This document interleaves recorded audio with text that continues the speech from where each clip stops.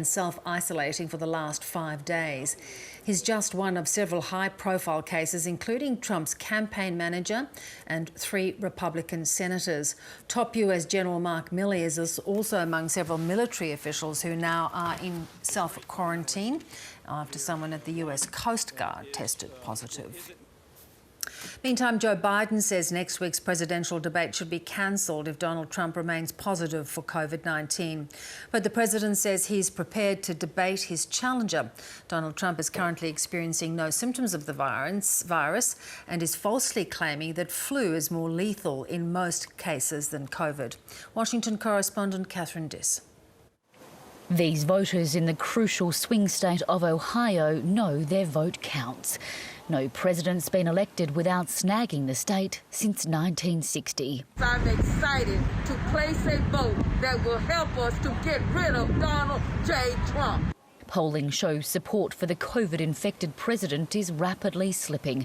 The latest CNN poll has him trailing Joe Biden by 16% nationally.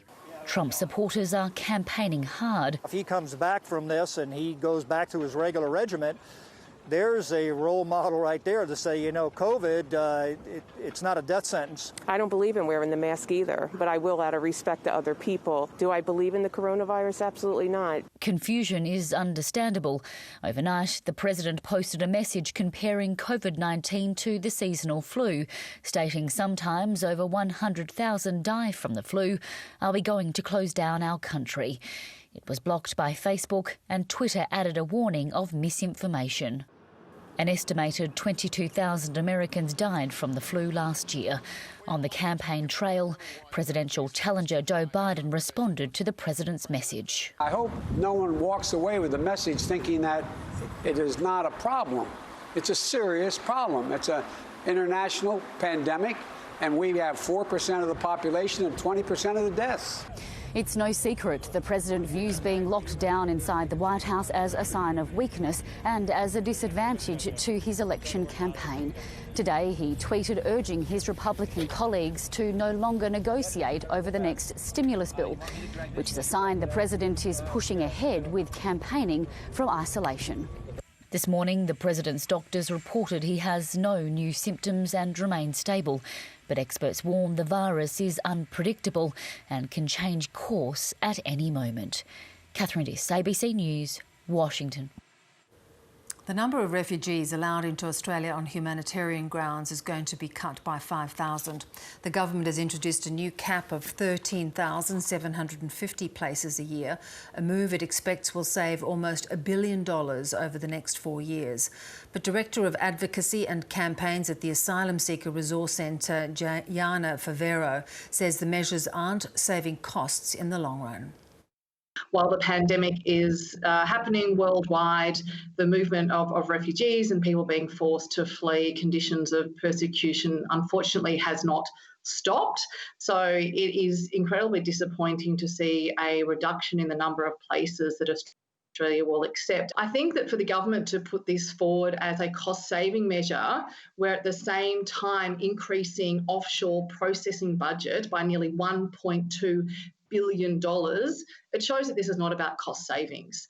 They are actually decreasing spending money in areas which help people. They help people who are fleeing persecution, and they are increasing spending in areas which are harmful, such as offshore processing. So for the government to put forward that this is an austerity measure that needed to happen because of economic pressure on the pandemic, they've just invalidated their own argument by spending nearly $1.2 billion in the current budget, plus a blowout of over $400 million in the previous budget on offshore processing.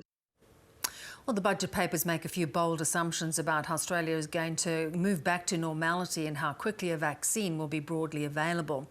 But in this incredibly uncertain year, just how certain should we be of the government's forecasts? Here's medical reporter Sophie Scott. A key assumption in the budget is that there's a population-wide vaccination program fully in place by late next year. That's much later than previously indicated by the federal government. We will need vaccines, and there is hope that by the end of this year we may have a vaccine. There is hope. But how realistic is it that we'll have an effective vaccine next year? There's a very good chance that we will not have a vaccine by the end of next year available for all 25 million Australians. Any jab may only have limited effectiveness. It may be available for healthcare workers and carers at residential aged care facilities, but for the general public, it's unlikely.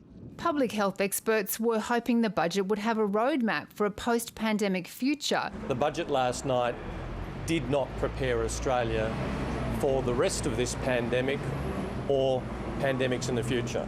The budget also assumes there are no major coronavirus waves in Australia and that Victoria's restrictions resemble the rest of the country's by the end of the year.